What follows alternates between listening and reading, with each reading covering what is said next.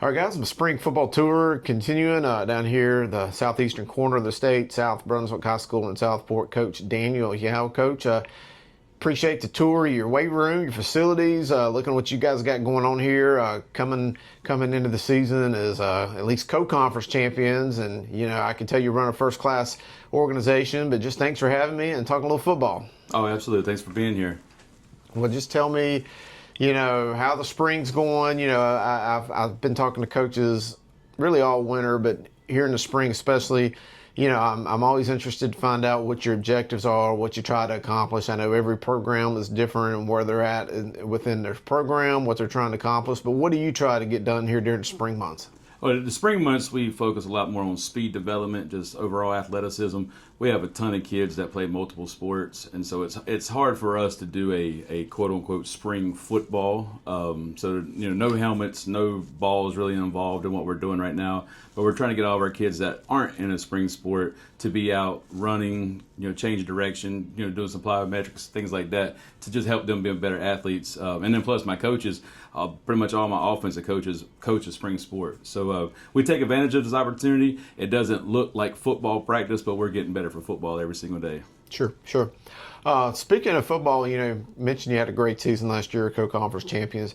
A little bit of a new look for your fans here, playing some different teams. You had been in the conference with, the New Hanover teams, Hoggard, Laney, New Hanover, and you trade that in for some teams that, in my opinion, are a little bit more looking like you and your program. But just tell us how that shift in conference and competition what went for your community. Yeah, it was a great shift for us. Like you said, Bess, we're playing teams in the past that were 2 times as bigger than us. So, we're about right at 1,100 students, and you go to play a team like Hoggard that's 2,300 students. It's really hard to be competitive when you're that far behind just in people-wise. So now new conference, we're playing teams that are a little bit smaller than us. We're the big team in the conference now, which means everybody's going to give us their best shot. But without our past, we're not where we're at right now. Our kids that have gone through and they've played those New Hanover County schools, they understand how hard it truly is to be competitive in that, and so they're bringing that competitive edge now into our new conference. And we still got a lot of work to do. We lost to Whiteville in our conference last year. Try to hope to make some corrections there. We lost to both of our county rivals, and so we want to try to win those first 2 games of the season. So that's our goal right now, is to first be our county champions and then go on to be conference champions. I'll ask you a question just kind of from your experience here in North Carolina. You're talking about Whiteville, always a program, I think back to even in the 80s when they were powerhouse. And, even in recent years here under Coach J.P. Price and Luke Little before him, Hoggard, you played against them, New Hanover. But you come from the central part of the state, so yes, you're sir. used to the Mooresvilles and, the Kannapolis areas and, that area in the Piedmont. Give us your idea of the difference, not just in competition, but just in the community and in the embracement of football between the 2 sides of the state, and maybe your observation of it. Being around pretty much the entire state, football is football. It's awesome that pretty much every community is going to be bought into their local school.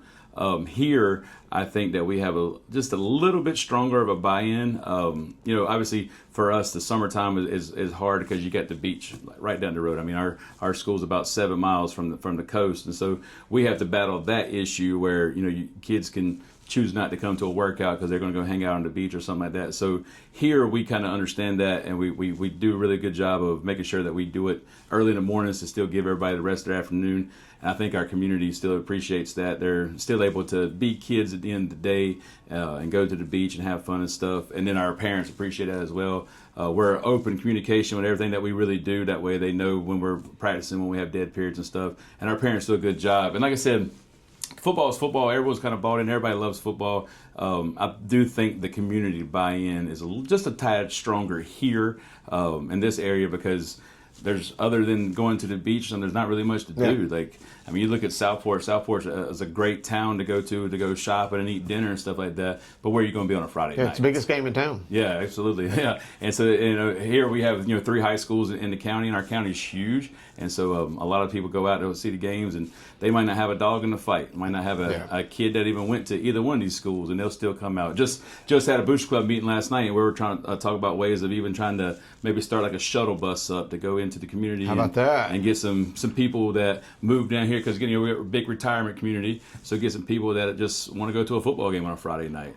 Man, I love it. Yeah, anytime to make football important in high school sports in general, because again, you know, it's the game, the community, you know, it's coaches like you and, you know, your assistant coaches that are out there helping to develop these young athletes that are going to be tomorrow's coaches, community leaders, and, you know, teachers and husbands and fathers and so on and so forth. And, you know, that's why I still think the game's important and the job you do is vitally important. But Coach Yow, I appreciate you having this little conversation with us this morning. I always appreciate the hospitality and good to catch up. And best of luck this year as you guys go to defend your conference championship. Yes, sir. Be undisputed this year. That's the goal. Be undisputed conference champions. All right, Coach. Hey, appreciate it. Yes, Best of luck. Thank you.